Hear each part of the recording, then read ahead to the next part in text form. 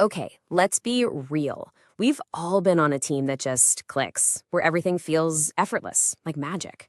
And we've all been on the other kind, the train wreck. So today, we're going to dig in and figure out what really makes the difference. Let's talk teamwork. So, what is it? What's that secret sauce that separates a team that's firing on all cylinders from one that's just a total disaster spinning its wheels? Well, the answer is probably a lot simpler and honestly, way more powerful than you think. All right, section one, the teamwork gamble.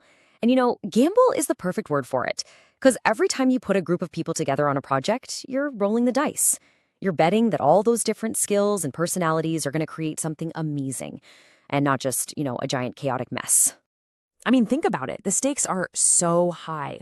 When it works, it's like a rocket ship. Pure synergy, incredible innovation. But when it doesn't, it's just this tangled knot of frustration and missed deadlines. And the crazy part is, the line between those two outcomes, it's razor thin. Okay, moving on. Section two, anatomy of a breakdown. So if we want to understand what makes a team great, sometimes you got to start by looking at a team that's falling apart. We're going to do a little autopsy, if you will. And our main piece of evidence? It's not a document, it's a sound.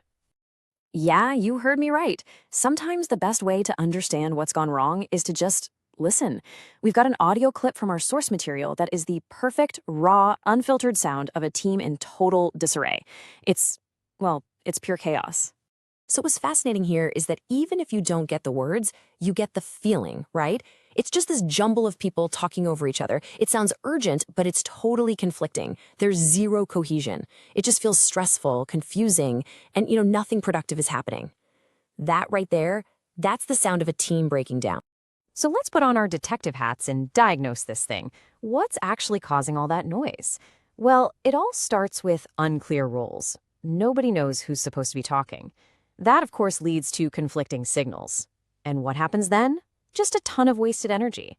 But if you dig down to the absolute root of it all, you'll find a complete lack of shared direction, and maybe most importantly, zero trust. Okay, section three, the blueprint for success. Enough of the doom and gloom. We've seen what a breakdown looks like, so now let's flip the script. How do we build the solution? How do we get our team to sound less like static and more like a symphony?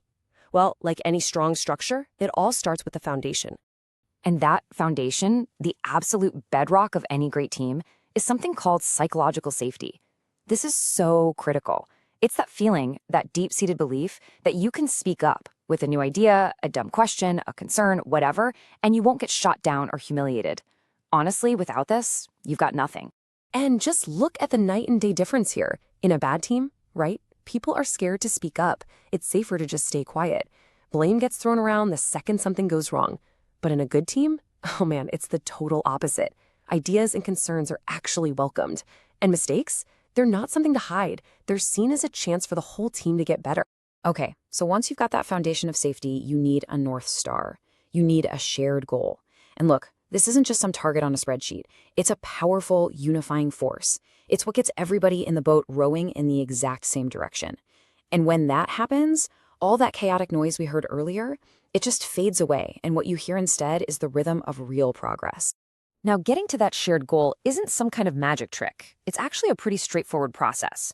Step one, you've got to define the win. Like, what does success actually look like for us?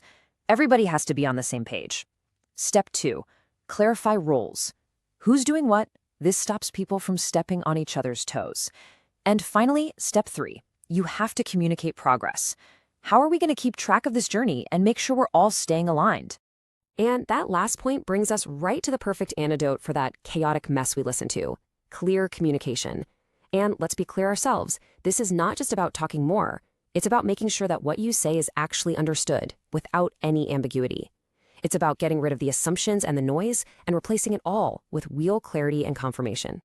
All right, our final section, the turning point. Let's pull all of these threads together, shall we? Because the big takeaway here is that the shift from total chaos to real cohesion, well, it doesn't just happen by accident. It's a choice. It's a deliberate act of building the team on the right foundation.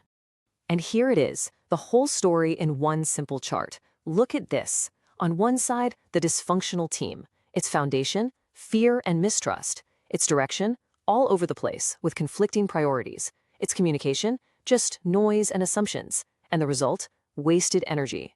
Now look at the high-performing team.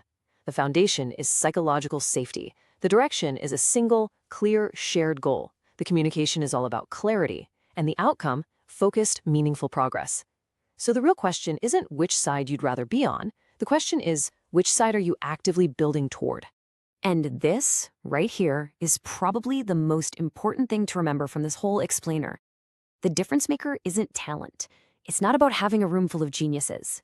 You can have the most brilliant people in the world on your team, but if you don't have the right structure, that bedrock of trust, and a real commitment to clear communication, all you're going to have is a bunch of very talented people making a whole lot of noise.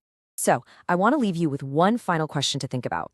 What's the one small thing you can do for your team tomorrow to make it just a little bit better? Seriously, maybe it's asking a question in a way that makes someone feel safer to speak up.